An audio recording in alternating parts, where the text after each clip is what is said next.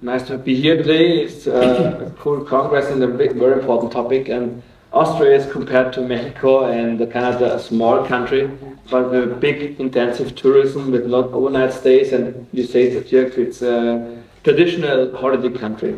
And maybe that's the reason why some processes are already there, because Austria lives from family-owned businesses. There are no big companies, no big industry. Nearly 95% of all the tourism offers are family-owned. So small hotels, small apartments, cable car companies are all family-owned. And so they have an aim. They would like to save energy, because if they save energy, they save money. And over the 20 years ago, they had a lot of processes taken into account before that word sustainability was already there. You know, it was always to save the nature, because the nature is our product, and we have to save our products.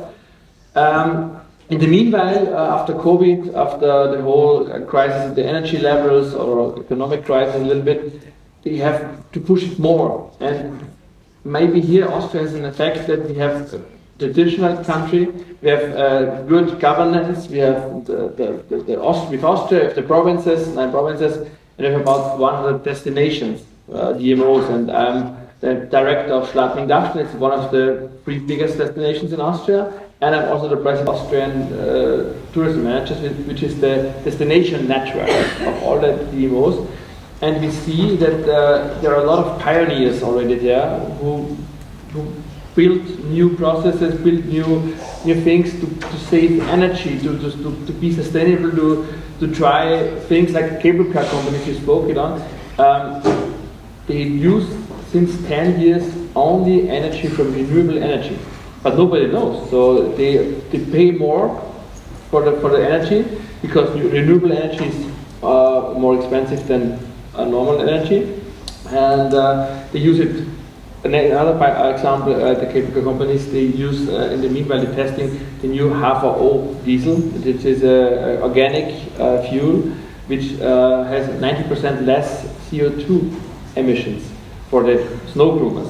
And it's a process to fulfill the sustainability, to be also ecological sustainable, because the social sustainability and the economic sustainability is already there. Because if you see in a destination like Schladming, we have about 30,000 inhabitants and 30,000 guest beds, 3.8 million overnight stays, and nearly 80% of all of the economic scale is independent from the tourism. So if there's no tourism, the economic scale is away, and also the social part is difficult, because you cannot live there anymore.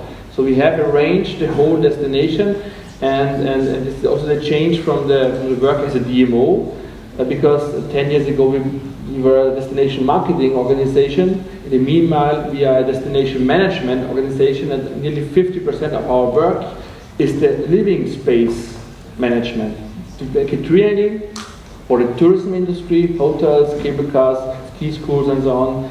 The guests, for sure, the most important, because if they are not there, we cannot make business anymore, and the inhabitants. And that's new. 10 years ago, it was only 2 parts, and now we have 3. And I think it's the right decision, because we need to make it for everybody good. And then you can be successful in the future.